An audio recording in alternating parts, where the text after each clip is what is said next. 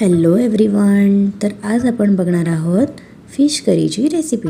चला तर सांगते कशी बनवायची. त्यासाठी पहिल्यांदा आपण फिशला हळद, मीठ छान लावून घ्यायचं आहे आणि ते थोड्या वेळासाठी मॅरिनेटसाठी बाजूला ठेवून द्यायचं आहे.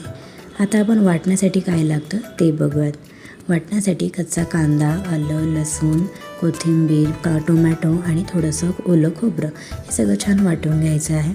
आता थोडंसं तेल टाकून घ्यायचं आहे आपण पातेल्यामध्ये आणि त्यामध्ये आता आपण थोडंसं जिरं टाकूयात. जिरं छान तडतडलं की आपण त्यामध्ये तेजपत्त्याची 2-3 पानं टाकूयात. आता ते छान सॉटे करून घ्यायचं आहे. आता आपण त्यामध्ये वाटलेलं वाटण टाकायचं आहे आणि आता हे वाटण छान असं चांगलं परतून घ्यायचं आहे.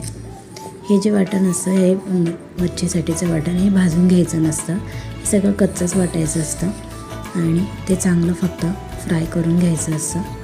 असं छान प्रकारे ते परतून वाटणाला तेल सुटेपर्यंत वाटण चांगलं परतून घ्यायचं.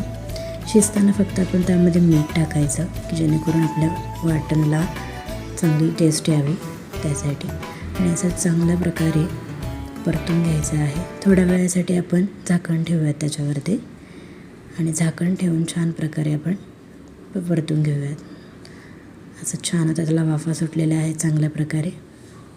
आता आपण त्यातलं पाणी पूर्ण आटवून घेऊयात आणि अशा प्रकारे बघा आता आपलं त्यातलं पाणी पूर्ण आटलेलं आहे. आता आपण त्यामध्ये मसाले ॲड करूयात.